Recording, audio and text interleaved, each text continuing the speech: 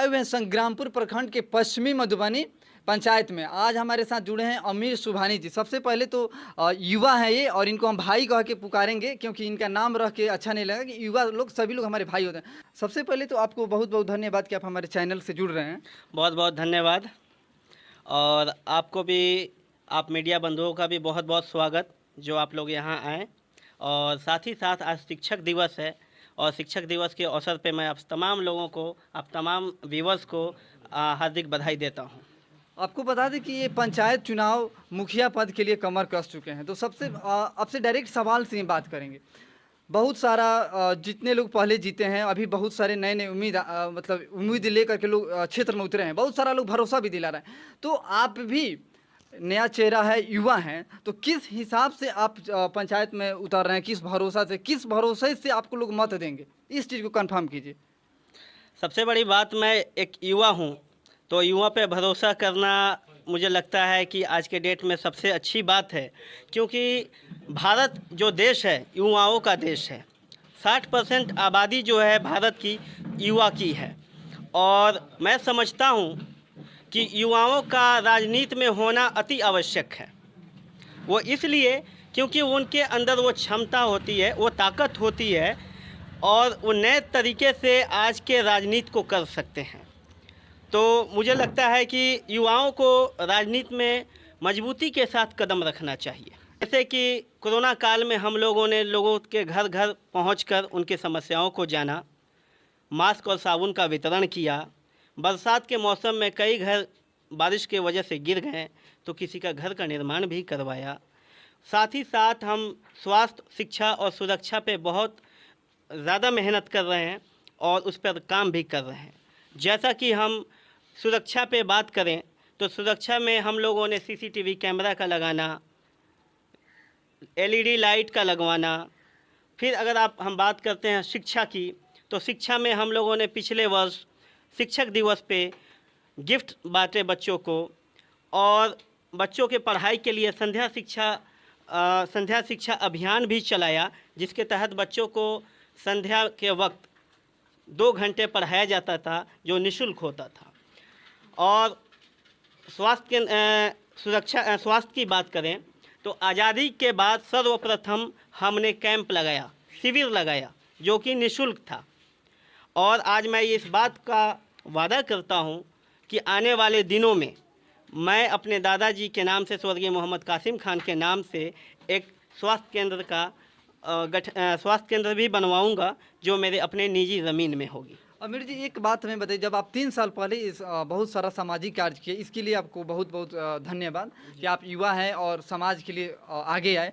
क्या उस समय आपके दिमाग में ये चीज़ था कि हम आगे चल के चुनाव लड़ेंगे? जी, मेरे मन में ऐसा कोई ख्याल नहीं था। निस्वार्थ मैं इस काम को करता गया, क्योंकि मेरे पूर्वजों ने भी इस तरीके के काम को अंजाम दिया है। फिर चुनाव का ख्याल कैसे आया मन में? लोगों ने कहा कि अगर आप निस्वार्थ भाव से इतना कुछ कर रहे हैं तो हमें लगता है कि आपको चुनाव में आना चाहिए। जो सरकारी योजनाएं हैं वो आम जनता तक सही से वितरण नहीं हो पा रहे हैं या नहीं पहुंच पा रहे हैं, तो हमें लगता है कि अगर आप आएंगे तो यकीनन हमें लगता है कि बेहतर तरीके से इसका वितरण होगा और आम जनता का जो हक है आम जनता तक पहुंच सकेगा। अच्छा, जो हक का बात आप कर रहे हैं हमसे, चलिए बहुत अच्छा है कि आपको ग्रामीणों ने लड़ने के लिए आगे लाया। इसके बाद कौन कौन से उम्मीद, सबसे बड़ा उम्मीद जनता का सबसे बड़ा चीज़ होता है कि उसकी उम्मीद पे आप कायम हो। दूसरा चीज़, समाज के लिए, अपने पंचायत के लिए क्या नया नया आपका प्रोजेक्ट है? जैसे कि हम अगर जीत रहे हैं, आ रहे हैं, बिना जीते तो संभव है नहीं, कुछ अलग समाज के लिए। देखिए, जैसा कि मैंने बताया कि हमारे 6 बिंदु हैं जो 6S विजन के नाम से जाना जा रहा है, जो ग्राम विकास मॉडल है। स्वास्थ्य, शिक्षा, सुरक्षा, सफाई, समृद्धि, सकुशल, यानी कि कौशल। ये 6 बिंदु हैं, लेकिन प्राथमिकता हमारी है स्वास्थ्य, शिक्षा, सुरक्षा।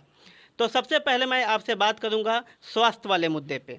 स्वास्थ्य वाले मुद्दे पे मेरा ये मानना है कि पंचायत में 2 स्वास्थ्य केंद्र का होना अनिवार्य है, क्योंकि हमारे यहाँ की जनता अक्सर देखा जाता है कि संग्रामपुर जाती है, अरेराज, कोटवा की तरफ रुख करती है। अगर छोटी सी भी बीमारी हो या छोटा सा भी अगर कुछ परेशानी हो जाए तो वो अरेराज की तरफ का रास्ता इख्तियार करते हैं। जिसमें मैंने आपसे ये कहा कि एक स्वास्थ्य केंद्र मैं अपने निजी ज़मीन में बहुत जल्द इसको बनवाने जा रहा हूँ। दूसरी बात, 200 ऐसे परिवार, ज़रूरतमंद परिवारों को मैं हेल्थ क्रेडिट कार्ड देने जा रहा हूँ, जिसमें एक सर्टेन अमाउंट होगा जिस राशि से वो अपना इलाज करा सकेंगे। तीसरी बात, हमारे यहाँ स्वास्थ्य केंद्र पे 24 आवर्स एम्बुलेंस रहेगा अवेलेबल। चौथी बात, हमारे पंचायत में हर महीने के आखिर में संपूर्ण वो क्या कहते हैं उसको, प्रत्येक माह संपूर्ण शिविर लगेगा, स्वास्थ्य शिविर लगेगा। ये तो हो गई बात हमारी स्वास्थ्य की। बात करते हैं शिक्षा की। शिक्षा में हमने 13वें वार्ड में संध्या शिक्षा अभियान का आयोजन किया। शिक्षा का बात आया तो हम आपसे सबसे पहले आप अपनी शिक्षा के बारे में कुछ जानकारी दें। देखिए, मेरी शिक्षा के बारे में मैं आपके दर्शकों को और आपको या यहाँ पे जो भी लोग बैठे हैं, मैं हमें नहीं यहाँ के पंचायत वासियों को बता देना चाहता हूँ कि मैंने MBA किया है मार्केटिंग में, फिर मेरा लॉ भी चल रहा है अभी। ठीक है, तो मैं मास्टर डिग्री होल्डर हूँ और साथ में मेरा लॉ भी चल रहा है। अब आइए शिक्षा के ऊपर मैंने जो मेरे पॉइंट्स हैं वो ये हैं कि 13वें वार्ड में संध्या शिक्षा अभियान चलेगा। दूसरी बात कि आंगनवाड़ी केंद्र का आधुनिकीकरण करना, जिसमें LED TV होना, झूला होना और पोस्टर्स अच्छे होना, अच्छे कलरफुल रूम्स होना, ताकि बच्चे वहाँ पे जाएं और अपनी रुचि से वहाँ पढ़ाई करें।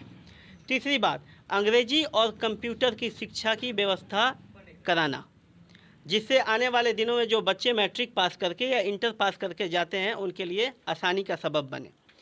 चौथी बात, प्रत्येक वर्ष बच्चों के रिजल्ट को देखकर उनको सम्मानित करना, उनको प्रोत्साहन करना।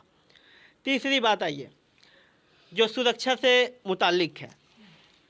पिछले कई सालों में हमारे पंचायत में ख़ास तौर पर हमारे गांव में छोटी बड़ी बहुत सी घटनाएं घटित हुई हैं, जिसमें बड़ी बड़ी डकैतियां भी हुई हैं, मोटरसाइकिल चोरियां हुई हैं और 4 चक्के भी चोरी हुई हैं।